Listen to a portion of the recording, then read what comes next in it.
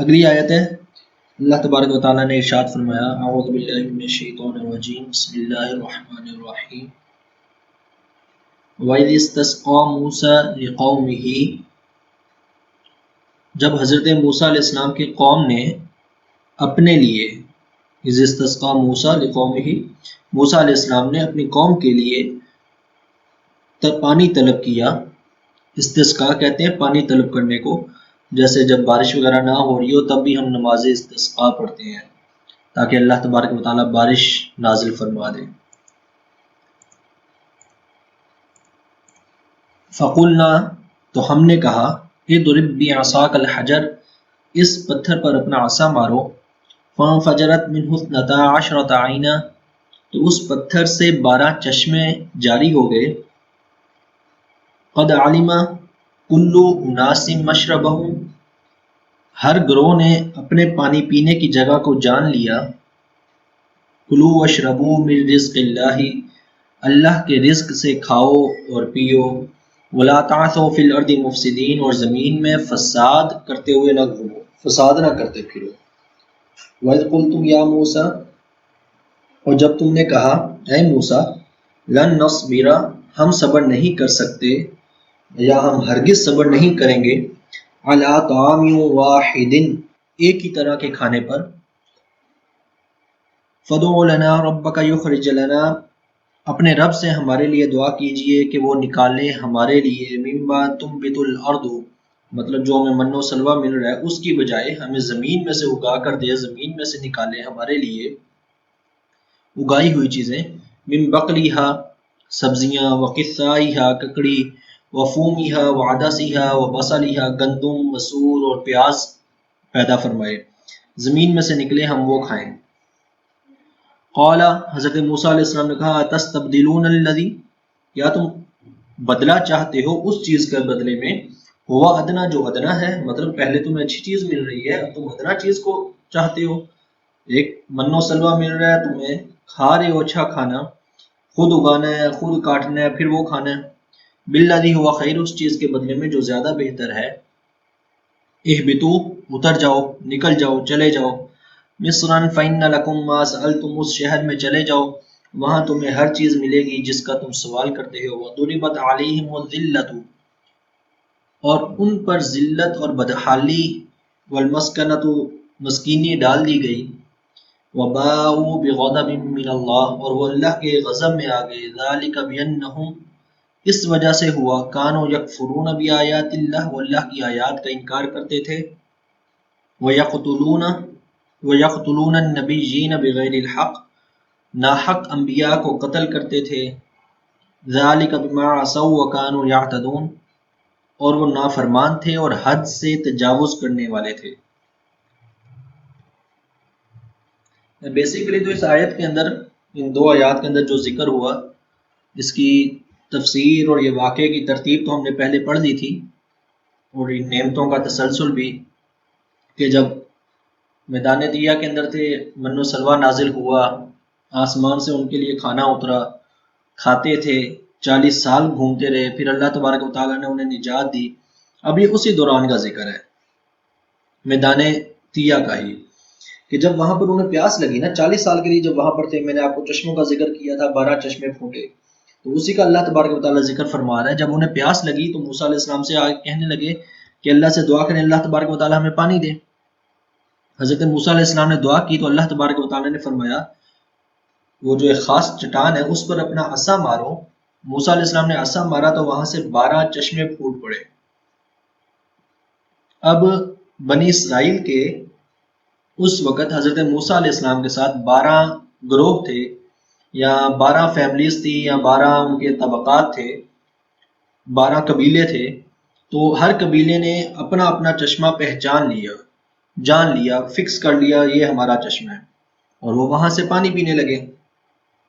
جب بھی پیاس لگتی موسیٰ علیہ السلام یا پانی کی ضرورت ہوتی تو حضرت موسیٰ علیہ السلام عصا مارتے اور چشمے پھوٹ جاتے۔ اور وہ چٹان ابھی بھی جو ہے وہ اس میدان کے اندر، جس کو سینا بھی کہہ دیتے ہیں، میں نے اس کی تحقیق آپ کو بتائی تھی کہ اصل میدان جو ہے وہ تو جس میں بنی اسرائیل بھٹکے تھے، وہ یہی ہے جس کا نام تیج ہے، میدان تیہ۔ جدید نام اس کا سینہ ہے، یا سینہ کہہ بھی دیا جاتا ہے۔ بہرحال اگر یہ کہا جائے کہ سینہ اور تیہ الگ الگ ہیں تو پھر یہ غلط ہوگا، پھر وہ میدان تیہ ہی ہے، سینہ نہیں۔ ہاں اگر اس میدان کا نام یہ رکھ دیا گیا ہے، جیسے شہروں کے نام بدل جاتے ہیں، تو پھر یہ وہ میدان، وہ جزیرہ ہو سکتا ہے۔ ایک عیسائی محقق ہے، اس نے بائبل کی ایک شرح لکھی ہے، تفسیر لکھی ہے، جو ہے نا وہ جغرافیائی اعتبار سے۔ تو اس کی تحقیق میں اس نے لکھا ہے کہ جب فلسطین کا کہتا ہے میں نے سفر کیا تو میں نے وہاں پر یہ چٹان دیکھی ہے جو تقریباً 10 سے 15 فٹ کی بلندی پر ہے، اور یہ ایک طرف کو جھکی ہوئی ہے، تو یہ وہ چٹان ہے جہاں سے 12 چشمے پھوٹے تھے۔ اور ممکن ہے آپ کو آج کل کے زمانے میں گوگل وغیرہ پر اس کی تصویر بھی مل جائے۔ اب ایک پتھر پر عصا مارنا اور اس سے پانی کے چشموں کا پھوٹ پڑنا، یہ حضرت سیدنا موسیٰ علیہ السلام کا معجزہ ہے۔ میرے خیال سے ابھی تک ہم جو پڑھ رہے ہیں اس میں یہ جو ہے نا وہ، ویسے تو انبیاء کا ایک قرآن بھی آقا علیہ السلام کا معجزہ ہے، لیکن ایک خاص معجزے کا ذکر یہ پہلا آ رہا ہے جو ایک نبی کی ذات سے ہی سرزد ہو رہا ہے۔ معجزہ یاد رکھیں کہ خلاف عادت کوئی کام ہو، اللہ کی طرف سے ہو، تو اسے ہم قدرت کہتے ہیں، اسے معجزہ نہیں کہتے۔ قدرت اللہ کی ذات کے ساتھ خاص ہے۔ اللہ کی طرف سے ایک کام ہوا، وہ اللہ کی قدرت ہے۔ ایک کام نبی کی ذات کی طرف سے ہوا، جیسے حضرت موسیٰ علیہ السلام نے چشمے جاری کیے پتھر سے، آقا علیہ السلام نے چاند کے 2 ٹکڑے کیے، درخت کو اشارہ کیا، وہ چلتا ہوا آ گیا۔ جب ان امور کی نسبت، ان کاموں کی نسبت ہم اللہ کی ذات کی طرف کریں گے تو وہ اللہ کی قدرت ہے۔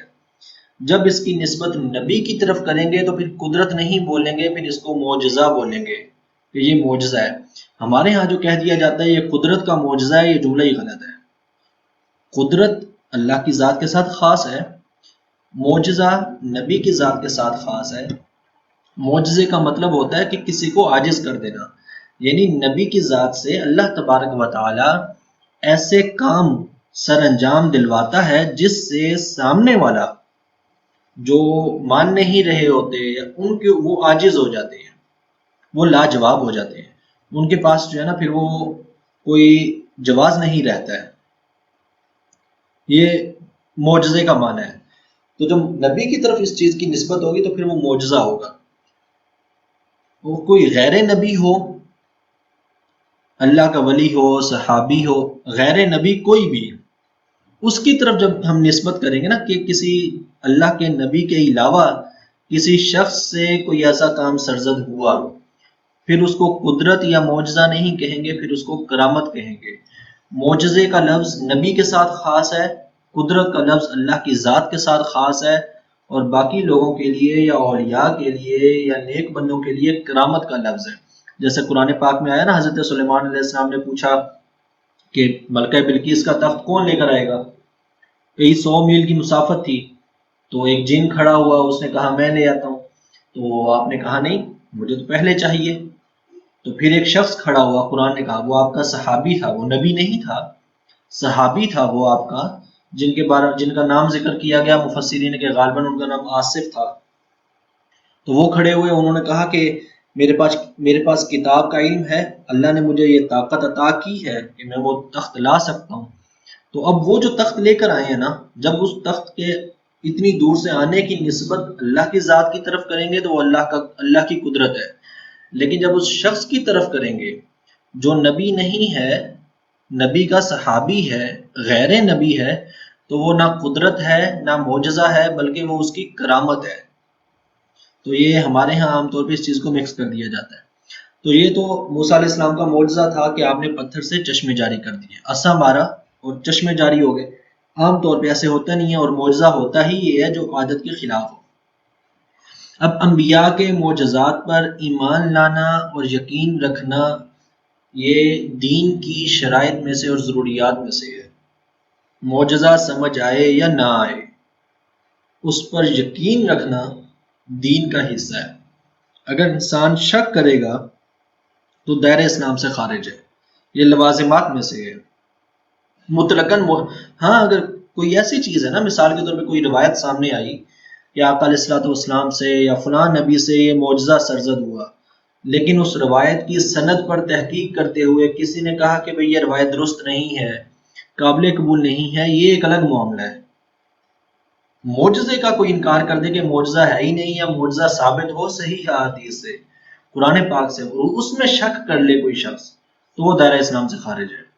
جیسے بعض لوگوں نے لکھ دیا قرآن پاک کی تفسیر لکھتے ہوئے کہ قرآن میں تو ہے سبحان الذی اسریٰ بعبدہ کہ حضور ایک رات میں، بلکہ رات کے بھی معمولی سے حصے میں مکہ مکرمہ سے بیت المقدس تک، بیت المقدس سے آسمانوں تک گئے ہیں اور پھر واپس بھی آئے ہیں۔ قرآن میں تو ہے لیکن عقل اس کو نہیں مانتی۔ عقل کے خلاف ہونا ہی تو معجزہ ہے۔ یہ جو شک آ گیا نا درمیان میں، عقل اس کو نہیں مانتی یا کیسے تسلیم کریں، پروف نہیں ہوتا، تو یہ چیز انسان کو اسلام سے خارج کر دیتی ہے۔ اب حضرت موسیٰ علیہ السلام کا جب یہ معجزہ تھا کہ آپ نے پتھر سے اس کو جاری کیا پانی کو، تو یہ نبی علیہ السلام کا معجزہ۔ اچھا ایک اور چیز یہاں پر یاد رکھیں، اللہ تبارک و تعالیٰ کی قدرت کے لیے اللہ تبارک و تعالیٰ کو مجبور نہیں کیا جا سکتا۔ وہ ذات ان اللہ علی کل شیء قدیر ہے، وہ اللہ الصمد ہے، بے نیاز ہے۔ نبی کی ذات کے پاس یہ اختیار ہے، اللہ نے یہ اختیار دیا ہے کہ وہ جب چاہیں اپنے معجزے کا ظہور کر سکتے ہیں، انہیں اجازت ہوتی ہے۔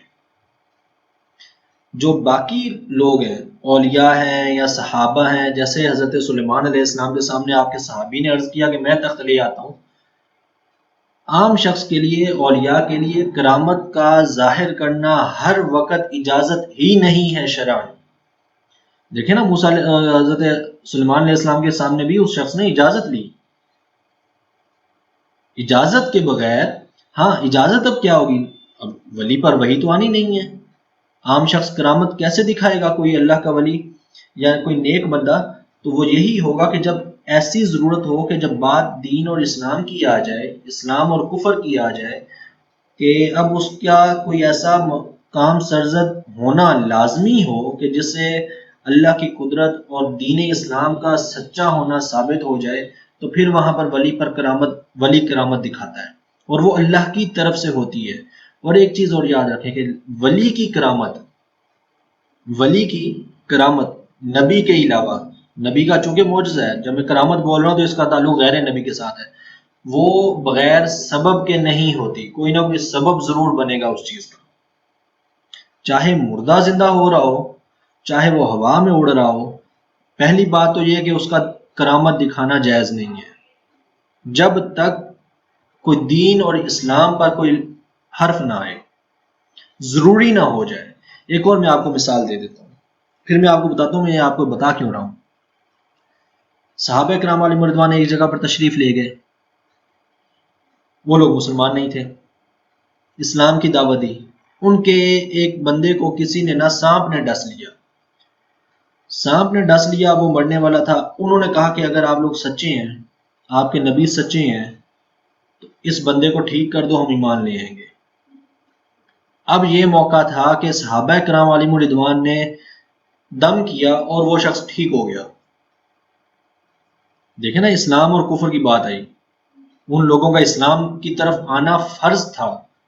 جب کسی مسلمان کو کوئی شخص کہے اور وہ اس کے بس میں ہو کہ یہ کام کر دو میں مسلمان ہو جاؤں گا، اور وہ دل سے کہہ رہا ہو اور مسلمان وہ کام کر سکتا ہو، تو اس پر وہ کام فرض ہو جائے گا۔ تو صحابہ کرام علیہم رضوان نے وہ کرامت دکھائی۔ کیا پڑھا تھا؟ وہ سورہ فاتحہ شریف پڑھی تھی، حضور کی بارگاہ میں آگے پھر عرض بھی کیا انہوں نے یہ سارا کچھ، تو اس قبیلے والوں نے کچھ بکریاں وغیرہ بھی ان کو دی۔ تو یہ وہ موقع ہوتا ہے کرامت دکھانے کا۔ یہ جو ہمارے ہاں ایک پچھلے 30-35 سالوں میں، اس سے پہلے یہ چیز نہیں تھی، اولیاء موجود رہے ہیں ہمیشہ، ابھی بھی موجود ہوں گے، کہ آقا علیہ السلام نے خود فرمایا کہ زمین اللہ کے اولیاء سے خالی نہیں ہوتی، اس طرح کے مفہوم ہے احادیث کا، تو وہ تو موجود ہیں۔ لیکن یہ جو ڈرامے بیٹھے ہوئے ہیں سڑکوں پر، جن کا کام اللہ کے دین کی طرف بلانا نہیں بلکہ شودیاں دکھانا ہے، کرامتیں ظاہر کرنا ہے، کہ ہمارے پیر صاحب بھائی نماز کیوں نہیں پڑھتے، مدینے جا کے نماز پڑھتے ہیں، یہ جملہ بولنا ہی کفر ہے۔ کہ آپ کے پاس یہاں پر کوئی ایسی مجبوری نہیں ہے کہ آپ کرامت دکھائیں، ہاں کوئی ایسی مجبوری آ جائے، پھر آپ مدینے نہیں، پھر آپ بے شک عرش پہ جا کے نماز پڑھیں، لیکن جب مجبوری نہیں ہے تو پھر کرامت کا اظہار کرنا، اپنی کرامت کو بیان کرنا، اس کو سننا، مریدوں کو کہنا کہ کھڑے ہو کے جلسے میں بیان کریں تاکہ اور لوگ مرید ہوں، یہ سارے کام حرام ہیں۔ میں خود بذات خود اولیاء کو ماننے والا ہوں، جو بزرگ گزر گئے ہیں ان پیرانے کرام کو ماننے والا ہوں، لیکن جو موجودہ ہے نا، یہ سوائے ڈرامے کو اور کچھ بھی نہیں ہے۔ اکثریت کرامت ایسے نہیں دکھائی جاتی۔ آگے چلتے ہیں۔ حضرت موسیٰ علیہ السلام نے یہ معجزہ دکھایا، پتھر سے پانی جاری کیا، اور آقا علیہ الصلوۃ والسلام کا بھی ایک اسی طرح کا معجزہ ہے، اور کئی موقع پر حضور نے یہ چیز، مطلب آقا علیہ السلام سے یہ چیز سرزد ہوئی۔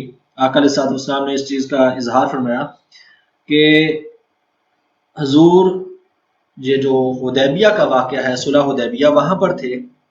حضرت جابر رضی اللہ تعالیٰ عنہ بیان کرتے ہیں کہ لوگوں کو پیاس لگی، اب پانی نہیں تھا، ایک چھوٹا سا چمڑے کا برتن تھا، صرف اسی میں پانی موجود تھا۔ ادباً آقا علیہ الصلوۃ والسلام کو پیش کر دیا گیا، حضور نے وضو فرمایا۔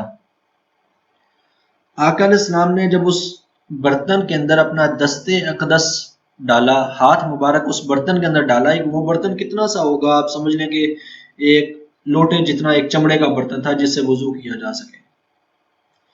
تو لوگ ایک دوسرے پر نا، راوی بیان کرتے ہیں حضرت جابر رضی اللہ تعالیٰ عنہ، ایسے جیسے ٹوٹ پڑے۔ حضور نے پوچھا کیا ہوا؟ یا رسول اللہ پانی نہیں تھا، پینے کے لیے بھی نہیں، وضو کے لیے بھی نہیں، صرف یہی پانی تھا۔ اور جیسے ہی آپ نے اپنا دست اقدس، اب یہ نہیں کہ معاذ اللہ حضور کو معلوم نہیں تھا، حضور صرف اظہار فرما رہے تھے کہ یا رسول اللہ جیسے ہی آپ نے اپنا دست اقدس اس پانی میں ڈالا ہے تو اس سے چشمے ابلنے لگے ہیں اس برتن سے۔ اور راوی بیان کرتے ہیں کہ ہم سب نے اس سے پانی پیا، وضو کیا، محفوظ کر لیا۔ پوچھا گیا کہ کتنی تعداد تھی؟ حضرت جابر رضی اللہ تعالیٰ عنہ نے کہا ہم 1500 تھے، اور اگر 1,00,000 بھی ہوتے تو ہمیں وہ پانی کافی ہوتا۔ اللہ اکبر! یہ خوش نصیب تھے اس وقت وہ لوگ کہ جنہوں نے حضور کی مبارک انگلیوں سے نکلنے والا پانی پی لیا، اور یہ سعادت پھر نہ پہلے والوں کو نہ بعد والوں کو کسی کو بھی نصیب نہیں ہو سکی۔ اسی طرح پھر ایک اور موقع پر حضرت قتادہ رضی اللہ تعالیٰ عنہ نے حضرت انس رضی اللہ تعالیٰ عنہ سے مطلب وہ بیان کرتے ہیں کہ 300 صحابہ نے وضو کیا، اور یہ مقام مدینہ منورہ کے ساتھ ایک مقام تھا، مقام زورا، زے واو رے الف حمزہ، مقام زورا، صحیح بخاری کی حدیث ہے۔ تو وہاں پر پانی نہیں تھا، آقا علیہ الصلوۃ والسلام کی مبارک انگلیوں سے پانی نکلا اور چشمے جاری ہوئے، اور 300 صحابہ نے اسے وضو کیا۔ ایک روایت میں 70 صحابہ کا ذکر بھی ہے، پھر ایک روایت میں 80 صحابہ کا ذکر بھی ہے، یہ بھی صحیح بخاری کی روایات ہیں۔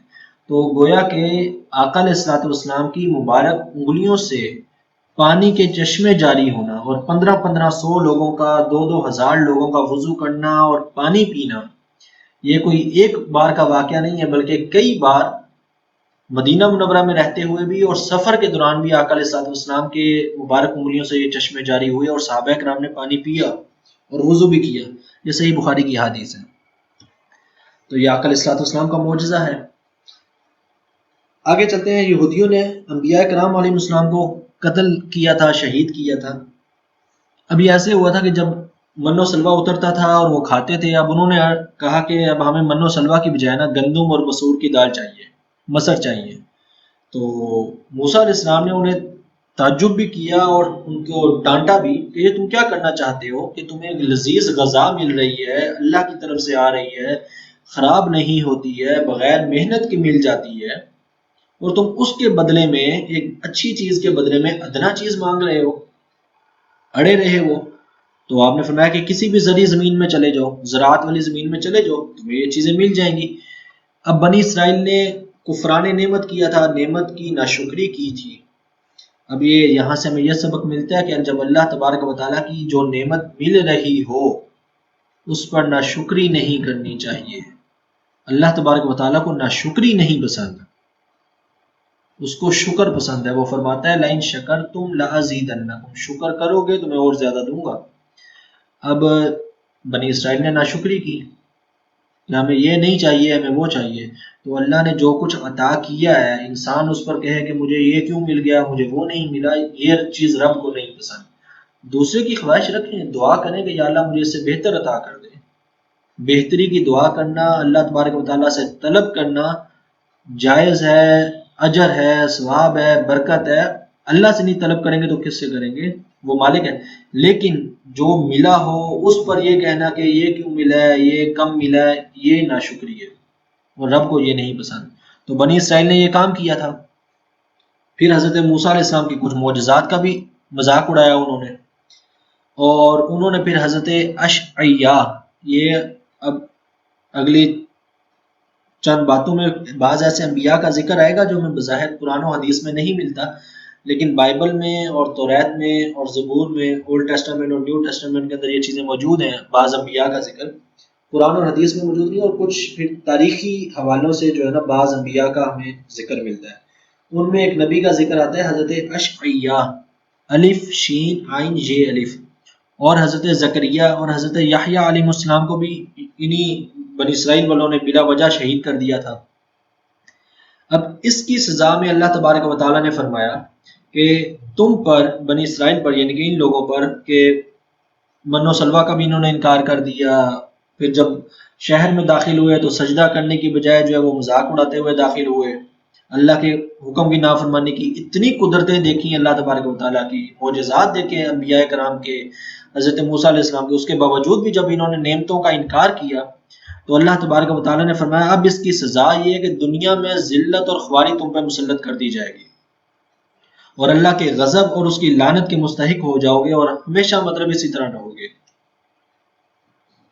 اب بنی اسرائیل نے کون کون سے انبیاء کو شہید کیا تھا، یہ قرآن پاک میں تو اس کا اس طرح سے واضح آیات میں ذکر، اسماء انبیاء کے ناموں کے ساتھ تو ذکر نہیں ہے، چند جو ہے نا وہ توریت کی اور انجیل اور بائبل کی میں آپ کو کچھ آیات بتا دیتا ہوں، اس کے اندر یہ ذکر ہے۔ اب پتہ نہیں یہ صحیح ہے یا بدل گئی ہیں، بہرحال یہ جو موجودہ بائبل ہے نا، اولڈ ٹیسٹامنٹ کی اور نیو ٹیسٹامنٹ جو دونوں حصے ہیں، اس کے اندر یہ ذکر ہے، پرانے عہد نامے کے اندر ہے کہ اور اخی اب نے سب کچھ کیا جو انبیاء نے کیا تھا، اور یہ بھی اس نے کہ سب نبیوں کو تلواروں سے قتل کر دیا۔ تو یہ مطلب ان کے ہاں بھی یہ چیز موجود ہے اور انہوں نے تسلیم کیا، اور ان کی کتاب کے اندر موجود ہے کہ انہوں نے انبیاء کو شہید کیا۔ اور اسی طرح شاہ اسرائیل نے کہا کہ میکایا بھی نبی کا نام ہے، ان کو لے کر شہر کے ناظم امون اور یواس کے پاس چلے جاؤ۔ یہ اس دور میں شہر کے ناظم تھے، تو ان کے بنی اسرائیل کے بادشاہ نے حکم دیا جب ان کے پاس حکومت وغیرہ بھی تھی، اور اسے جا کر کو بادشاہ کہتا ہے کہ اس شخص کو قید خانے میں ڈال دو، مصیبت کی روٹی کھلاؤ، مصیبت کا پانی پلاؤ، جب تک میں سلامت نہ آ جاؤں۔ اب یہ اللہ کے نبی تھے اور ان پر یہ اس طرح کی جو ہے نا وہ تکلیف دے رہے ہیں۔ پھر توریت کے اندر یہ ہے کہ جب خدا کی روح یدو یحدا کاہن کے بیٹے زکریا پر نازل ہوئی، حضرت یحییٰ کے بیٹے زکریا پر نازل ہوئی، وہ بلند جگہ پر کھڑے ہو گئے اور لوگوں سے کہا کہ اللہ تبارک و تعالیٰ یوں فرماتا ہے اور تم اللہ کے حکم سے نکل کر خوش نہیں رہ سکتے، نافرمانی نہ کرو اپنے رب کی، چونکہ تم نے خداوند کو چھوڑا ہے، اس نے تمہیں چھوڑ دیا ہے۔ تو تب ان لوگوں نے بجائے حضرت زکریا علیہ السلام کی بات کو ماننے کے، موجودہ توریت کے مطابق بھی انہوں نے اکٹھے ہو کر بادشاہ کے حکم پر حضرت زکریا علیہ السلام کو توریت کے مطابق اللہ تبارک و تعالیٰ کے گھر میں، جو ان کے لیے ایک مختص تھا عبادت کی جگہ، اس کے صحن میں حضرت زکریا علیہ السلام کو معاذ اللہ جو ہے نا وہ پتھر مار کے شہید کر دیا۔ اسی طرح یرمیہ ایک نبی کے متعلق توریت کے اندر ذکر ہے کہ جب یرمیہ قید خانے کے صحن میں بند تھا تو اس پر مطلب اللہ تبارک و تعالیٰ کا کلام بھی نازل ہوا اور بنی اسرائیل نے انہیں بھی شہید کر دیا۔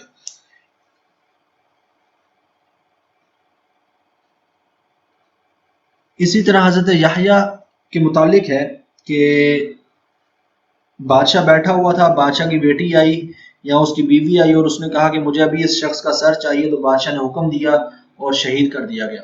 مطلب ان کے ہاں ابھی تک یہ موجود ہے، اور ایسے بدبخت لوگ ہیں کہ اپنی کتابوں کے اندر اس وقت بھی موجود تھا، پتہ تھا کہ ہم انبیاء کو شہید کر چکے ہیں۔ اور میں نے آپ کو بتایا تھا کہ تحقیقات کے مطابق علماء کی رائے یہ ہے کہ بنی اسرائیل نے کم و بیش 70,000 انبیاء کو شہید کیا ہے۔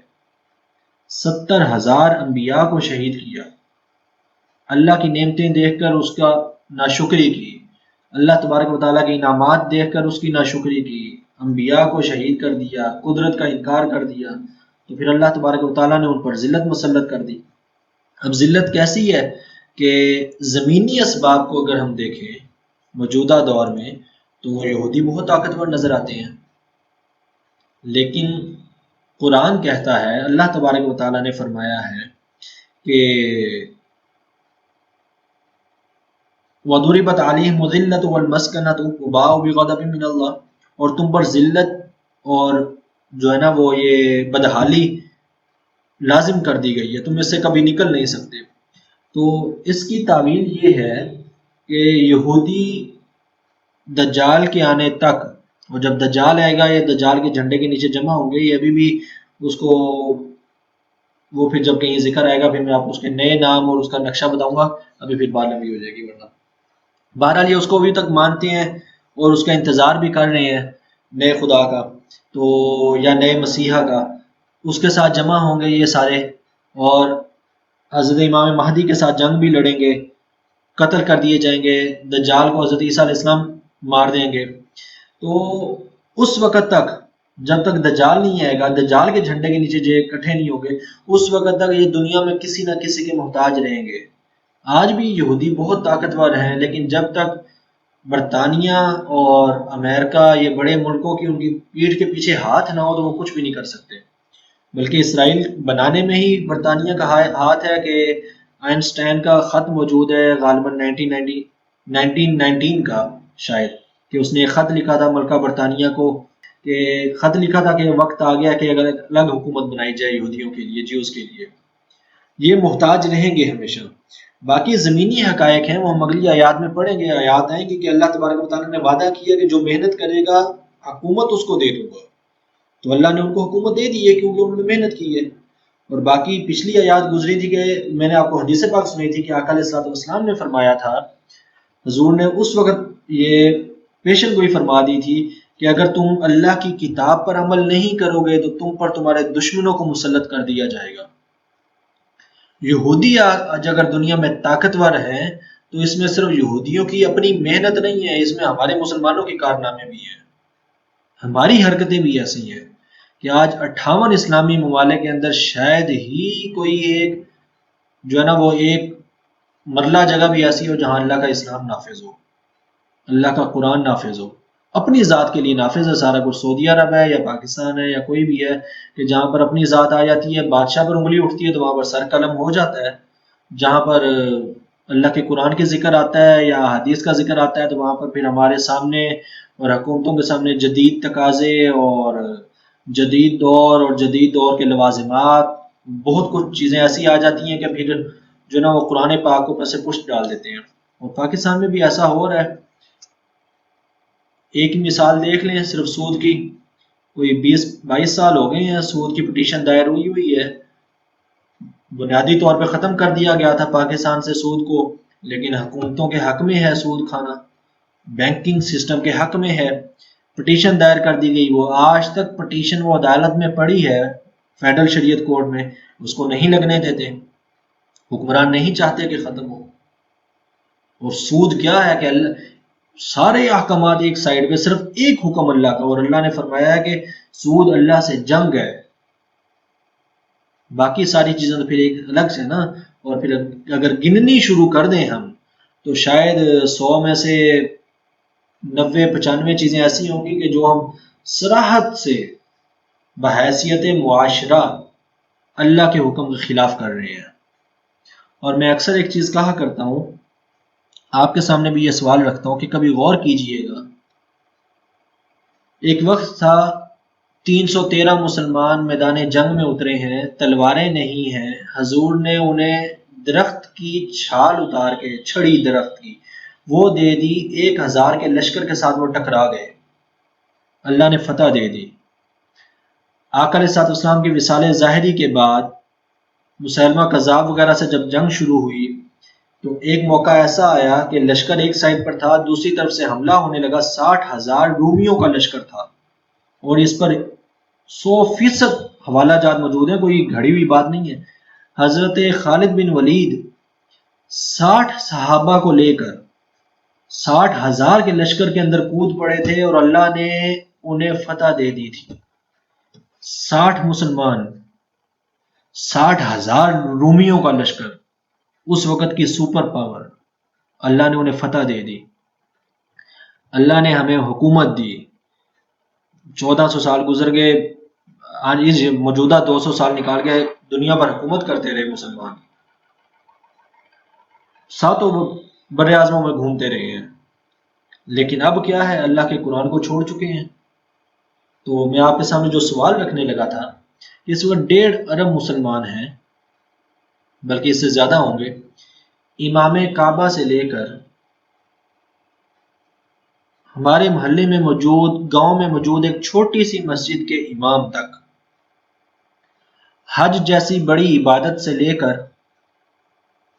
گھر میں بیٹھ کے صرف فرض پڑھ کے، ایک نماز پڑھ کے چھوٹی سی دعا کرنے تک،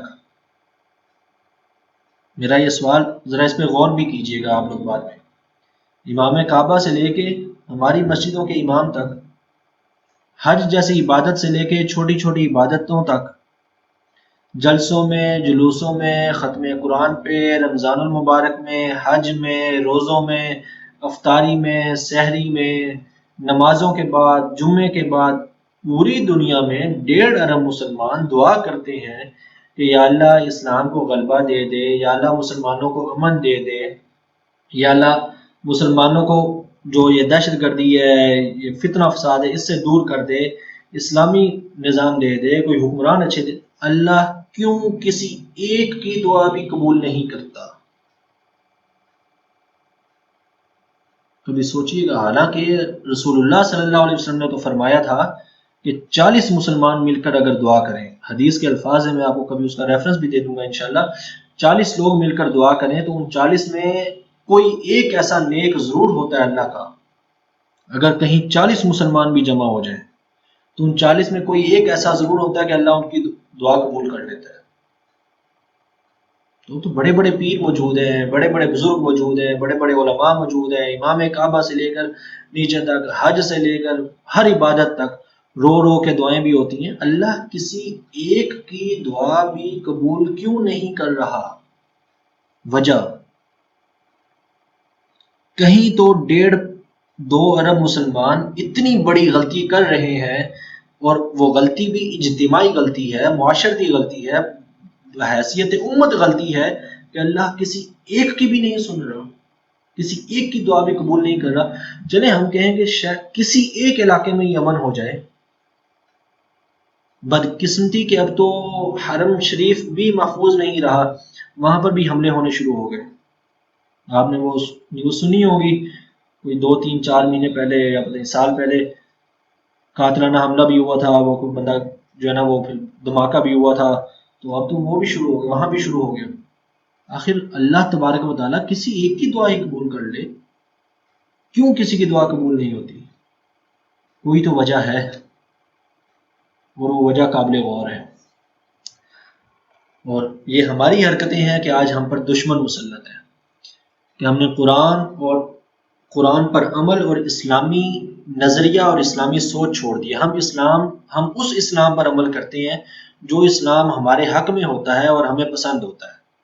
جہاں پر اسلام کے سامنے ہماری عزت آ جاتی ہے، ہماری شرم آ جاتی ہے، نیا دور آ جاتا ہے، لوگ کیا کہیں گے، کاروبار ختم ہو جائے گا، پیسہ کم ہو جائے گا، یہ چیزیں آ جاتی ہیں نا جب، کہ آج کل تو سارے یہ کر رہے ہیں، پھر میں کیوں نہ کروں، تو پھر وہاں پر ہمیں اسلام کی کوئی پرواہ نہیں ہوتی۔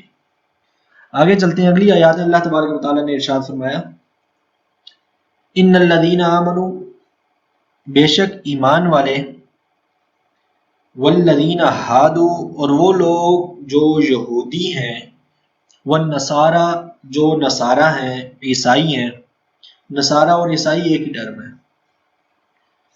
والسابئین، جو سابئین ہیں، من آمن باللہ، جو اللہ پر ایمان لائے، والیوم الآخر، آخرت پر ایمان لائے، وعمل صالحا، نیک اعمال کیے، فلہم اجرہم عند ربہم، ان کے لیے اجر ہے ان کے رب کے ہاں، ولا خوف علیہم ولا هم یحزنون، اور ان پر نہ کوئی خوف ہوگا اور نہ ہی وہ کبھی غمگین ہوں گے، کوئی غم اور کوئی خوف ان پر نہیں ہوگا۔ اب اس آیت پر ذرا غور کریں، جو جدید ڈبہ پیک ملحدین ہیں یا مستشرقین ہیں، وہ اس طرح کی آیات کو سامنے لے کر آتے ہیں۔ دیکھیں جی، اللہ تبارک و تعالیٰ نے کہا صرف مسلمان نہیں بلکہ ان الذین آمنوا، ایمان والے بھی، والذین ہادوا، یہودی بھی، نصارہ بھی، اور صابئین بھی، جو اللہ پر ایمان لاتے ہیں اور آخرت پر ایمان لاتے ہیں، نیک اعمال کرتے ہیں، وہ تو اللہ کے ہاں اجر پا جائیں گے، جنت پا جائیں گے۔ تو جنت میں صرف مسلمان نہیں بلکہ یہودی، نصارہ اور صابئین بھی جائیں گے، یہ تو قرآن کہہ رہا ہے۔ تو اس کا جواب میں آپ کو دیتا ہوں، پہلے صابئین کو دیکھ لیتے ہیں کہ صابئین کون لوگ ہیں۔ اس کے بارے میں بہت ساری آراء ہیں۔ یہودی تو چلیں مختص ہے کہ یہودی کون ہے، نصارہ بھی مختص ہیں، حضرت عیسیٰ علیہ السلام کے ماننے والے، ان کو مطلب آخری نبی ماننے والے اور بائبل کو ماننے والے۔ صابئین کون ہے، جن کا قرآن پاک میں جہاں بھی یہ ذکر آتا ہے یہودی، نصارہ اور صابئین، تو یہ صابئین کون ہے؟ صابئین، اس کے کئی معنی اور مختلف علماء نے اپنی اپنی تحقیق بیان کی ہے، صحابہ کرام نے بھی اپنی آراء دی۔ صابئین کا لفظ سبا سے بنا ہے، اور عام طور پہ کہا جاتا ہے کہ جو شخص ایک دین ترک کر کے دوسرے دین کو اختیار کر لے، مطلب یہ کہ وہ ایک دین سے دوسرے دین میں جمپنگ کرتا پھرے، کبھی ادھر کبھی ادھر، کبھی ادھر کبھی ادھر۔ اور امام مجاہد نے کہا کہ صابئی وہ لوگ ہیں جن کا دین سے کوئی تعلق نہ ہو، یعنی کہ ملحد ٹائپ۔ تو گویا کہ اللہ تبارک و تعالیٰ نے کہا کہ یہودی ہو، نصارہ ہو یا ملحدین ہو، پھر یا مطلب جن کا کوئی بھی دین نہیں ہے۔ ایک اور روایت ہے کہ صابئی جو ہیں یہ مجوسی ہیں، اور بعض علماء نے کہا کہ یہ مجوسی اور یہودیوں کے درمیان کی ایک قوم ہے، کہ مطلب یہ توریت کو بھی مانتے ہیں لیکن نہ مکمل طور پہ یہودی ہیں اور نہ 100% مجوسی ہیں کہ آگ کی پوجا کرتے ہیں۔ اور امام ابو العالیہ نے بیان کیا کہ صابئین وہ فرقہ ہے جو زبور کو پڑھنے والے ہیں، توریت کو پڑھنے والے یہودی، بائبل کو پڑھنے والے عیسائی، تو زبور کو پڑھنے والے جو لوگ ہیں یہ صابئین کہلائے۔ اور بعض علماء نے بیان کیا کہ ان کا دین عیسائیوں کے دین کی طرح مشابہ ہے، ان کا قبلہ جنوب کی سمت میں ہے، اور ان کا گمان یہ ہے کہ یہ حضرت نوح علیہ السلام کے دین پر ہے، اور حضرت عبداللہ بن عباس رضی اللہ تعالیٰ عنہما سے بھی اسی طرح کی روایت ہے۔ اور بعض علماء نے بیان کیا کہ یہ ستاروں کی تاثیر پر جو ہے نا وہ عقیدہ رکھتے ہیں۔ اچھا، اب یہ چیز ذہن میں رکھیں کہ اللہ تبارک و تعالیٰ نے کوئی چیز بلا سبب پیدا نہیں کی، ہر چیز کا کوئی نہ کوئی سبب ضرور ہے، ہر چیز کا کوئی نہ کوئی سبب ضرور ہوتا ہے، اس کا اثر ضرور ہوتا ہے، پتھر ہو یا ستارے ہوں، اثر ضرور ہے اس کا۔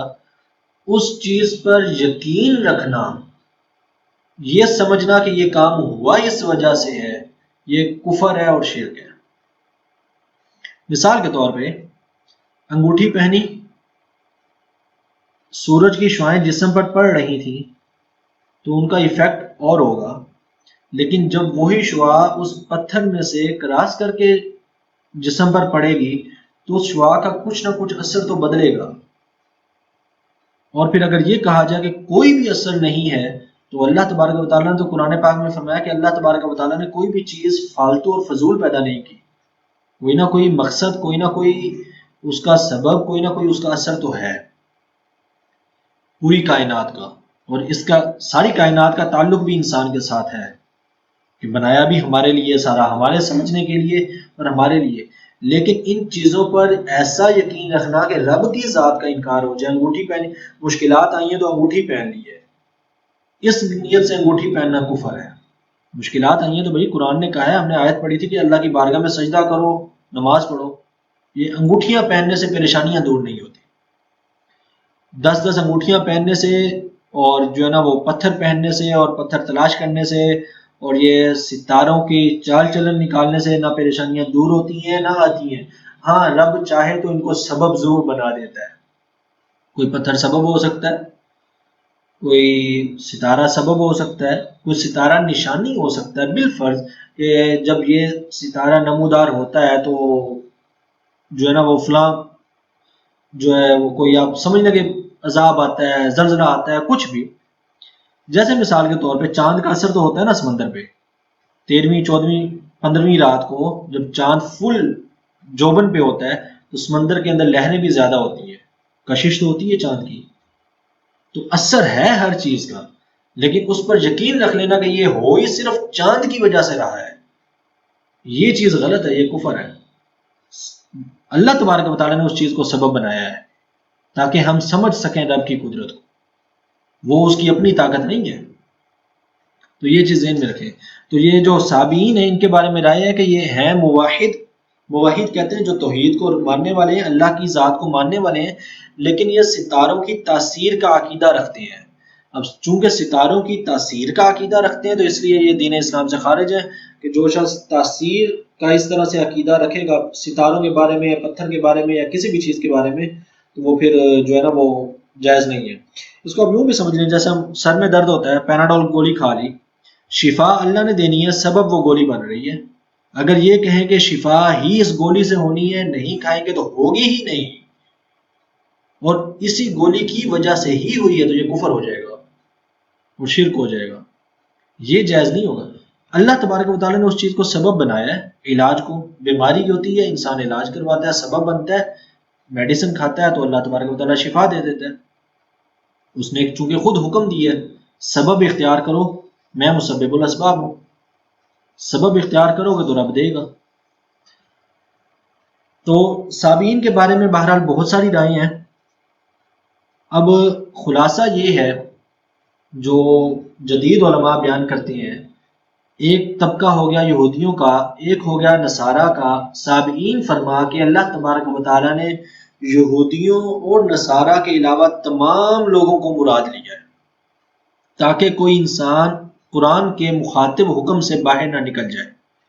مطلب سب مراد ہے، یہودی خاص کر دیا، نصارہ خاص کر دیا، صابئین تمام مذاہب کے لوگ، ہندو ہیں، سکھ ہیں، بدھ مت ہیں، موحد ہیں یا ملحد ہیں یا ستارہ پرست ہیں، آگ کی پوجا کرنے والے جو بھی ہیں، صابئین سے مراد وہ تمام طبقات ہیں. گویا کہ یہاں پر پھر ہمارے علماء بیان کرتے ہیں کہ جتنی رائے علماء نے دی ہیں، کسی امام نے کہا کہ اس سے مراد یہ ہیں، کسی نے کہا یہ ہیں، صحابہ میں سے بعض نے کہا اس سے مراد یہ ہیں، بعض نے کہا یہ، تو اس سے وہ ساری آراء درست ہیں. خلاصہ یہ نکلے گا کہ اس سے مراد تمام لوگ جو یہودیوں اور نصارہ کے علاوہ ہیں. اب سوال یہ کہ جنت میں تو صرف مومنین جائیں گے. آیت ہمیں کہہ رہی ہے، اور یہ بسا اوقات اعتراض ہوتا بھی ہے کہ دیکھیں جی قرآن پاک میں تو ہے جو ایمان لائے اور جو یہودی ہیں، جو نصارہ ہیں، جو صابئین ہیں وہ جنت میں چلے جائیں گے. فَلَهُمْ أَجْرُهُمْ عِنْدَ رَبِّهِمْ، ان کا اجر ہے اللہ کے ہاں، وہ اللہ کے ہاں اجر پائیں گے. وَلَا خَوْفٌ عَلَيْهِمْ وَلَا هُمْ يَحْزَنُونَ، نہ ان پر کوئی خوف ہے نہ ان پر کوئی غم آئے گا. تو ایک چیز ذہن میں رکھیں کہ اللہ تبارک و تعالیٰ کی اسی آیت میں ہی، باقی تفصیل کی طرف جانے سے پہلے، اللہ تبارک و تعالیٰ نے آیت میں 2 بار ایمان کا ذکر کیا، 2 بار ایمان کا ذکر کیا. فرمایا ان الذین آمنوا، جو ایمان لائے، اس سے مراد مسلمان ہو گئے، والذین ہادو، جو یہودی ہوئے، والنصارى، جو نصارہ ہوئے، والصابئین، جو صابئین ہیں. من آمن باللہ، اب دوبارہ اللہ تبارک و تعالیٰ نے یہ شرط عائد کی کہ ان چاروں طبقات میں سے، یا دوسرے الفاظ میں بولنے کہ تمام انسانوں میں سے، مسلمان ہوں، یہودی ہوں، نصارہ ہوں، صابئین ہوں، ان تمام میں سے من آمن باللہ، جو اللہ پر ایمان لائے گا. گویا کہ ہمیں آیت ہی بتا دیتی ہے کہ تمام مومن، تمام مسلمان، تمام یہودی، تمام نصارہ، تمام صابئین اللہ پر ایمان لانے والے نہیں ہیں. کیسے؟ مسلمانوں میں سے کوئی منافق ہوگا کہ زبان سے تو اسلام ایمان لا رہا ہوگا، دل سے نہیں. یہودی، نصارہ اور صابئین کو کیوں حکم دیا گیا دوبارہ ایمان لانے کا؟ اس لیے کہ اللہ کے آخری نبی آ گئے ہیں. تو قرآن کی آیت ہی بتا رہی ہے کہ جو دوبارہ ایمان لانے کا حکم ہے تو اس کی شرط ہی یہ ہے کہ اب دوبارہ اللہ پر ایمان لاؤ، یعنی کہ اللہ کے ساتھ، میں نے آپ کو شروع میں آیت کی تفسیر میں بھی بتایا تھا کہ جب رب کی ذات کا ذکر آئے گا تو وہاں پر ساتھ رسول اللہ کا ذکر ہوگا، رسول اللہ کا ذکر ہوگا تو وہاں پر اللہ تبارک و تعالیٰ کا ذکر ہوگا۔ یہ کلمے کے اندر یہ چیزیں لازم و ملزوم ہیں۔ ہم کہتے ہیں نا کہ ارکان اسلام 5 ہیں، کیا کیا ہیں؟ توحید و رسالت، ہم 2 چیزوں کو ایک ہی گنتے ہیں۔ پھر نماز، روزہ، زکوٰۃ، حج، 4 چیزیں اور۔ توحید اور رسالت عقیدے کے اعتبار سے الگ الگ نہیں ہوگی، ذات اللہ تبارک و تعالیٰ کی اور آقا علیہ السلام کی اس میں مطلب کوئی برابری نہیں ہے، وہ شرک ہے، لیکن عقیدے کے اعتبار سے وہ ایک ہی چیز ہے۔ تو جب رب نے فرمایا کہ دوبارہ اللہ پر ایمان لاؤ، جو لوگ اللہ پر ایمان لائیں گے وہ، تو اب اس سے مراد یہ ہوا کہ اب جو کچھ رب نے نازل فرمایا ہے اور آخری نبی کو بھیجا ہے، اب پوری دنیا میں سے وہ چاہے یہودی ہوں، چاہے نصارہ ہوں، چاہے صابئین ہوں، اپنے آپ کو ایمان والے کہنے والے ہوں، لیکن اب جو ایمان لائے گا اور یوم آخرت پر یقین رکھے گا اور نیک اعمال کرے گا، اس کے لیے اللہ کے ہاں اجر ہے۔ تو اب جس نے اپنے ایمان کو رینیو نہیں کیا وہ اس کیٹیگری سے نکل گیا، اس کی اب کوئی حیثیت نہیں ہوگی۔ اور دوسرا حضرت عبداللہ ابن عباس رضی اللہ تعالیٰ عنہما کا بھی قول ہے کہ جو پہلا فرمایا اللہ تبارک و تعالیٰ نے ان الذین آمنو، جو پہلا ایمان آمنو فرمایا، اس سے مراد وہ لوگ ہیں جو آقا علیہ الصلوۃ والسلام کی بعثت مبارک سے پہلے، حضور کی اعلان نبوت سے پہلے حضرت عیسیٰ علیہ السلام پر ایمان رکھتے تھے، اور جو چیزیں یہودیوں نے اور نصارہ نے بائبل میں اور توریت میں تبدیل کر دی تھی، یہ لوگ ان چیزوں سے بری تھے، ان کو تسلیم نہیں کرتے تھے۔ مثال کے طور پہ چند لوگوں کا نام ہمیں ملتا ہے، جیسے حضرت قاس بن سعدہ ہیں، بحیرہ راہب ہیں، حبیب النجار ہیں، زید بن عمر بن نفیل ہیں، ورقہ بن نوفل ہیں، جن کے پاس حضرت سیدہ خدیجہ رضی اللہ تعالیٰ عنہ آقا علیہ الصلوۃ والسلام کو لے کر گئی تھیں۔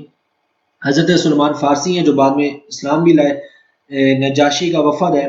تو یہ وہ لوگ تھے جو تھے تو نصارہ اور یہودی ہی، لیکن یہ وہ یہودی اور نصارہ نہیں تھے جنہوں نے تبدیلیاں کی تھیں، بلکہ تبدیلیوں سے الگ انہوں نے اپنا ایک طبقات تھے، اور یہ بعد میں پھر ان میں سے بہت سارے جنہوں نے حضور کو پایا یہ حضور کی ذات پر ایمان بھی لے آئے۔ تو ان کے لیے اللہ تبارک و تعالیٰ نے فرمایا کہ جو یہودیوں میں سے، نصارہ میں سے، صابئین میں سے من آمن باللہ، اب جو اپنے ایمان کو رینیو کر رہا ہے اس کے لیے جنت ہے۔ اب نجات کس کے لیے ہے؟ کیا نجات صرف ایمان کے لیے، ایمان کے ساتھ مل جائے گی؟ روایت ہے کہ مسلمان، یہودی اور نصارہ آپس میں ملے، یہودیوں نے مسلمانوں سے کہا کہ ہم تم سے بہتر ہیں، کہ ہمارا دین تم سے پہلے ہے، ہماری کتاب تم سے پہلے ہے، ہمارے نبی تم سے پہلے ہے، اور ہم دین ابراہیمی پر ہیں، تو لہٰذا جنت میں صرف یہودی جائیں گے۔ اب ذرا یہ روایت پہ غور کیجئے گا، اور ایک طرح کی حدیث ہی بنتی ہے کہ اس دور کا ذکر ہو رہا ہے۔ مسلمان، یہودی اور نصارہ آپس میں ملے، نصارہ سے مراد عیسائی، یہودیوں نے کہا کہ ہم بہتر ہیں کیونکہ ہمارا دین تم سے پہلے ہے، ہماری کتاب تم سے پہلے ہے، ہمارے نبی تمہارے نبی سے پہلے ہیں، اور ہم ہی دین ابراہیمی پر ہیں، اور جنت میں صرف ہم جائیں گے۔ نصارہ نے کہا، مسلمانوں سے کہا کہ ہماری کتاب تمہاری مطلب وہ کتاب سے پہلے ہے، ہمارے نبی بھی تمہاری نبی سے پہلے ہیں، لہٰذا جنت میں ہم جائیں گے۔ مسلمانوں نے کہا کہ ہماری کتاب تمہاری کتاب کے بعد ہے، ہمارے نبی علیہ الصلوۃ والسلام تمہارے نبی کے بعد آئے ہیں، ہمارا دین تمہارے دین کے بعد ہے، اور اب تم لوگوں کو اپنا دین ترک کر کے ہمارے دین کی اتباع کا حکم دیا گیا ہے، اس لیے ہم تم سے بہتر ہیں، اور ہم ہی حضرت ابراہیم، حضرت اسماعیل اور حضرت اسحاق کے دین پر ہیں۔ اب جنت میں وہی شخص جائے گا جو ہمارے دین پر ہوگا۔ یہ واقعہ آپ نے سن لیا، یہودیوں نے اپنے دین پر، اپنے نبی پر، اپنی کتاب پر فخر کیا اور کہا کہ جنت میں ہم جائیں گے۔ عیسائیوں نے بھی اسی طرح کیا کہ اپنی کتاب پر، اپنے نبی پر، اپنے دین پر فخر کیا اور کہا کہ جنت صرف ہماری ہے۔ مسلمانوں نے بھی اس وقت انہیں یہی جواب دیا کہ اپنے دین پر، اپنے نبی پر اور اپنی کتاب پر فخر کیا اور کہا کہ جنت میں صرف ہم نے جانا ہے۔ اللہ تبارک و تعالیٰ نے آیت کریمہ نازل فرما دی، سورہ نساء کی آیت ہے۔ اللہ تبارک و تعالیٰ نے فرمایا لیس بامانیکم ولا امانی اہل الکتاب، تمہاری خواہشوں پر، جو کچھ تم مطلب خواہشات رکھتے ہو، اور نہ اہل کتاب کی امیدوں پر۔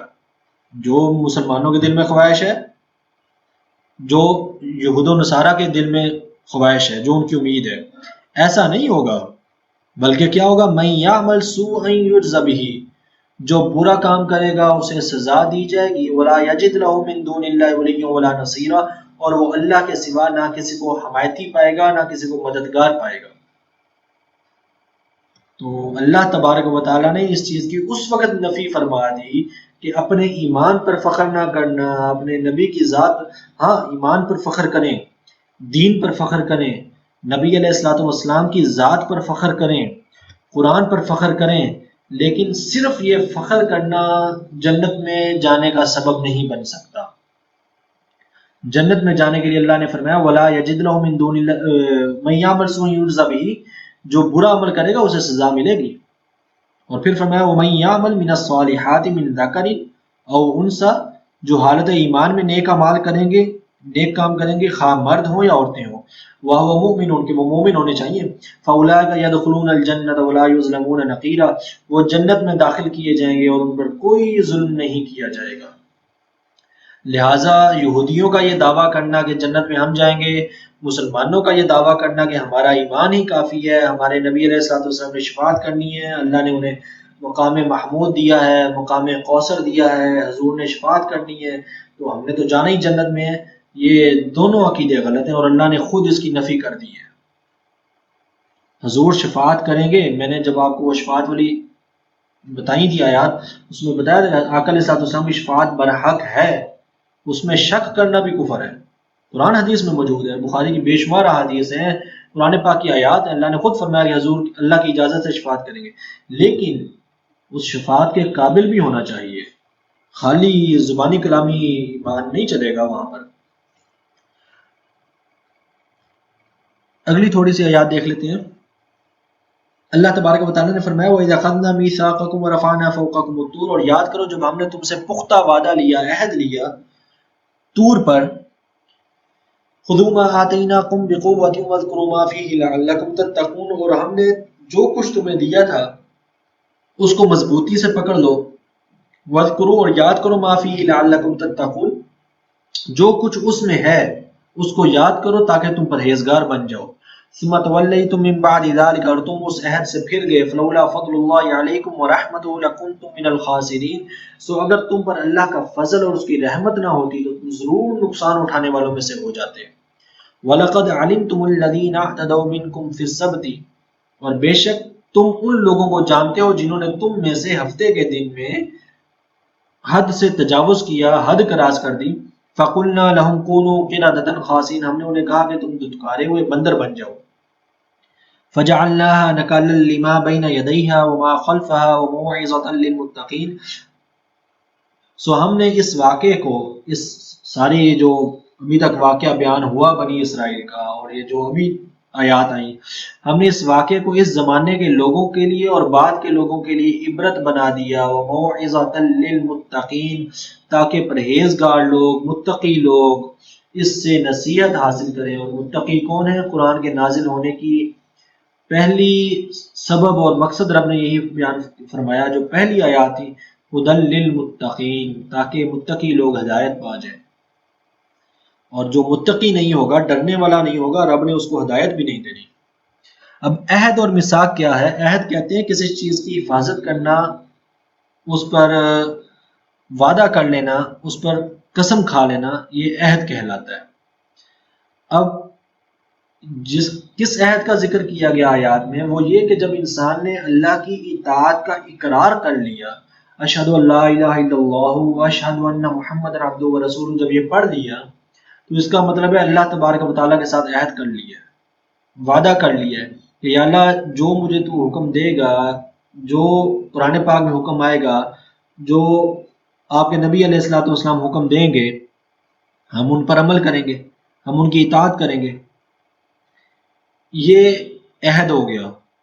یہودیوں نے بھی اسی طرح سے عہد کیا تھا اللہ سے، نصارہ نے بھی کیا تھا، مسلمان بھی جب کوئی شخص ہوتا ہے، مسلمان بنتا ہے، مسلمان ہے، تو اس کا مطلب ہے اللہ تبارک و تعالیٰ سے عہد کیا ہوا ہے، وعدہ کیا ہوا ہے کہ ہم یہ کام کریں گے۔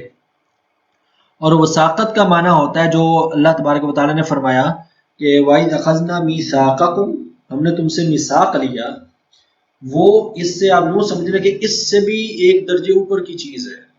میثاق اس قسم اور اس وعدے کو کہتے ہیں جس کو انسان اقرار کر کے بیان کر کے 100% تاکید اس کی بیان کر دے کہ میں اس سے ہلنے والا نہیں ہوں. مطلب یہ وعدے کے اوپر بھی ایک بڑی چیز ہے. تو جب ہم اشہدو کا لفظ بولتے ہیں وہ در حقیقت میثاق ہو جاتا ہے، صرف وعدہ یا عہد نہیں رہتا، وہ وعدے اور عہد سے بڑھ کے میثاق کے درجے میں آ جاتا ہے. اب اللہ تبارک و تعالیٰ نے فرمایا کہ ہم نے پہاڑ کو طور کو تم پر اٹھا لیا. اب اس آیت میں اللہ تبارک و تعالیٰ نے کتابوں کو نازل کرنے کا مقصد بھی بیان فرمایا کہ فرمایا خذوا ما آتیناکم بقوۃ واذکروا ما فیہ لعلکم تتقون، جو کچھ ہم نے تمہیں دیا ہے اس کو مضبوطی سے تھام لو، پکڑ لو، اور جو کچھ اس میں ہے اس کو یاد کرو تاکہ تم ہدایت والے ہو جاؤ. اب پہلا تو اس آیت میں جو طور کا ذکر آیا ہے کہ اللہ تبارک و تعالیٰ نے فرمایا کہ فوقکم الطور، طور سے مراد کیا ہے؟ اس کے بارے میں دو آراء ہے. طور سے مراد ایک یہ ہے کہ صحابہ کرام کی رائے ہے، حضرت عبداللہ بن عباس رضی اللہ عنہ نے فرمایا کہ اس سے مراد یہ ہے کہ جو کوہ طور خاص ہے، طور کا پہاڑ جس پر حضرت موسیٰ علیہ السلام نے اللہ سے کلام کیا تھا، یہاں پر طور سے مراد وہ پہاڑ ہے. امام مجاہد اور امام قتادہ کی رائے یہ ہے کہ عبرانی زبان میں، سریانی زبان میں، یہودیوں کی زبان، اس میں طور پہاڑ کو کہتے ہیں. تو اللہ تبارک و تعالیٰ نے در حقیقت یہ اس کا ذکر کیا ہے کہ ان پر کوئی بھی پہاڑ اٹھا لیا گیا تھا. ہوا کیا تھا، جب حضرت موسیٰ علیہ السلام بنی اسرائیل کے پاس تختیاں لے کر آئے توریت کی اور کہا کہ اللہ کی اطاعت کرو، تو وہ ضد کر چکے تھے. جیسے ہم نے پچھلی کلاس میں پڑھا تھا، انہوں نے کہا کہ ہم تو جب تک اللہ تعالیٰ جو ہے نا وہ ہمیں نظر نہیں آئے گا، ہم آپ کی طرح اللہ تعالیٰ سے کلام نہیں کریں گے، ہم نے تو ایمان نہیں لانا. ان پر بجلی گری، مر گئے. اللہ نے پھر زندہ کیا. موسیٰ علیہ السلام نے ان کو پھر کہا کہ اللہ پر ایمان لاؤ، اس پر عمل کرو. انہوں نے کہا نہیں کریں گے. تب اللہ تبارک و تعالیٰ نے فرشتوں کو حکم دیا کہ وہ فلسطین کے پہاڑوں میں سے ایک فرسخ لمبے پہاڑ کو ان کے اوپر اٹھا کر جو ہے نا وہ ایک چھت کی طرح آ جائے اوپر پہاڑ. ان کے سروں کے اوپر، گھروں کے اوپر ایک پورا پہاڑ آ گیا شہر کے اوپر. اور اللہ تبارک و تعالیٰ نے حکم نازل کیا کہ قسم کھا کے اقرار کرو کہ توریت کے احکامات پر عمل کرو گے ورنہ یہ پہاڑ تم پر گرے گا. تو ان لوگوں نے توریت پر عمل کرنے کا پکا وعدہ کیا اور توبہ کرتے ہوئے اللہ کی بارگاہ میں سجدے میں گر گئے. سجدہ انہوں نے ایسے کیا کہ وہ جیسے کاڑی آنکھ سے کرتے ہیں نا، کہ ایک طرف سے پہاڑ کو بھی دیکھتے رہے کہیں وہ گر تو نہیں رہا. تو بہرحال اللہ تبارک و تعالیٰ نے ان کی پھر توبہ کو قبول کیا جب انہوں نے قسم کھائی اور یہ کام کیا. تو اب یہ اللہ تبارک و تعالیٰ نے اس آیت سے ہمیں سبق بھی یہی دیا اور مقصد بھی یہی بتایا کہ جو اللہ تبارک و تعالیٰ نے کتاب نازل کی ہے اس پر ایمان لانا ہے. یہودیوں سے تو اللہ تبارک و تعالیٰ نے پہاڑ ان کے سامنے لا کے ان سے قسم لی کہ اس پر عمل کرنا ہے، اس کے احکامات پر عمل کرنا ہے ورنہ یہ پہاڑ تم پر گرے گا. توبہ کی انہوں نے اور پھر اللہ تبارک و تعالیٰ نے ان کی توبہ قبول کی. تو ہمارے لیے بھی مقصد یہ ہے کہ اللہ تبارک و تعالیٰ نے جو قرآن نازل کیا ہے اس پر عمل کرنا ہے. اس کو الماریوں میں سجانے کے لیے یا مطلب جن کاموں کے لیے ہم استعمال کرتے ہیں ٹھیک ہے وہ برکت کے لیے ہیں، لیکن مقصد وہ نہیں تھا. آقا علیہ الصلوۃ والسلام نے فرمایا کہ لوگوں میں سے بدترین فاسق ہے وہ شخص جو قرآن پڑھے، جس کے پاس قرآن موجود ہو، پڑھتا ہے مطلب مراد مسلمان، لیکن اس کے کسی حکم کی طرف رجوع نہیں کرتا، یعنی کہ اس کے کسی حکم پر عمل نہیں کرتا. حضور کے الفاظ ہیں، حضرت ابو سعید خدری رضی اللہ عنہ سے مروی، امام نسائی نے بیان کیا ہے، بدترین فاسق ہے وہ شخص. تو آقا علیہ الصلوۃ والسلام نے یہ مطلب اس کی طرف ارشاد فرمایا ایسے شخص کے لیے. اب یہودیوں نے جو ہفتے ور دن تجاوز کیا تھا وہ کیا تھا؟ حضرت عبداللہ بن عباس رضی اللہ عنہ بیان کرتے ہیں کہ قوم داؤد علیہ السلام کے زمانے میں واقعہ پیش آیا. ایلا کی جگہ تھی، الف یہ لام ہے، وہاں پر یہ لوگ آباد تھے. مدینہ اور شام کے درمیان میں ایک ساحل تھا سمندر کا، وہاں پر سمندر سے مچھلیاں آتی تھی. ان کو حکم تھا کہ تم نے ہفتے ور دن مچھلیاں نہیں پکڑنی. اب اللہ کی طرف سے امتحان تھا کہ مچھلیاں ہفتے کو زیادہ آ جاتی تھیں. یہ سنا ہوا ہے ہم سب نے واقعہ، میں اس لیے شارٹ کٹ کر رہا ہوں. تو ہفتے کو مچھلیاں زیادہ آتی تھیں، انہوں نے نالیاں بنا لی کہ ہفتے کو ہم ڈائریکٹ نہیں پکڑیں گے. وہ نالیوں میں سے بہہ کر آ جاتی تھیں، واپس نہیں جا پاتی تھیں، اتوار کو جا کے پکڑ دیتے تھے. اور نسل در نسل یہ کام کرتے آئے. کچھ لوگ ایسے تھے جو اس کام کو برا سمجھتے تھے، وہ ان سے الگ ہو گئے. اور پھر وقت گزرتا گیا تو ان لوگوں میں سے 70,000 لوگ رہتے تھے اور صرف 12,000 لوگ ایسے بچے جو یہ حرکت نہیں کرتے تھے، باقی سب لوگ یہی حرکت کرتے تھے. جیسے آج مسلمان کرتے ہیں کہ دور حاضر کا تقاضا ہے، مل رہا ہے، سب تو کر رہے ہیں۔ حضور نے آقا علیہ الصلوۃ والسلام نے فرمایا تھا کہ ایک وقت آئے گا، مفہوم ہے حدیث پاک کا، کہ لوگ شراب پر دودھ کا نام رکھ کے پئیں گے۔ مقصد کیا تھا کہ کام حرام ہوگا لیکن اس کو ٹائٹل نیا لگا دیں گے کہ ہم تو یہ نہیں کر رہے، ہم رشوت نہیں لے رہے، ہم تو چائے پانی کا کر رہے ہیں۔ کیا کریں جی، رشوت کے بغیر کام ہی نہیں چلتا، تو کریں گے حرام، ٹائٹل چینج کر دیں گے۔ تو انہوں نے بھی وہی حرکت کی تھی۔ اب ان پر جو ہے نا وہ پھر جو باقی 12,000 بچ گئے تھے، انہوں نے اور باقیوں شہر والوں کے درمیان ایک دیوار بنا دی، بھئی ہم تم سے الگ ہوتے ہیں کہیں اللہ کا عذاب نہ آ جائے۔ تو پھر اللہ تبارک و تعالیٰ نے ان پر عذاب نازل کیا، جو باقی جو جتنے بھی بچتے تھے ان پر عذاب نازل ہوا، وہ 58,000 لوگوں پر، کہ اللہ نے انہیں باندر بنا دیا، کونوا قردۃ خاسئین، اور وہ بندر بن گئے۔ اور ایک روایت میں آتا ہے کہ جوان بندر بن گئے اور بوڑھے خنزیر کی شکل میں بن گئے۔ بنی اسرائیل کے جو باقی 12,000 نیک تھے یہ انہیں پہچان نہیں سکتے تھے، وہ انہیں پہچانتے تھے۔ تو اب اللہ تبارک و تعالیٰ نے اس واقعے کا ذکر کیا۔ اب ہوا یہ کہ یہ 3 دن تک رہے، 3 دن کے اندر جو ہے نا پھر یہ جو مسخ ہوئے تھے، جن کے چہرے مسخ ہو گئے تھے، اللہ کے حکم سے بندر بن گئے تھے، یہ مر گئے اور گل سڑ گئے، ختم ہو گئے۔ ان کی نسل پھر صحیح قول یہی ہے کہ ان کی نسل آگے نہیں چلی۔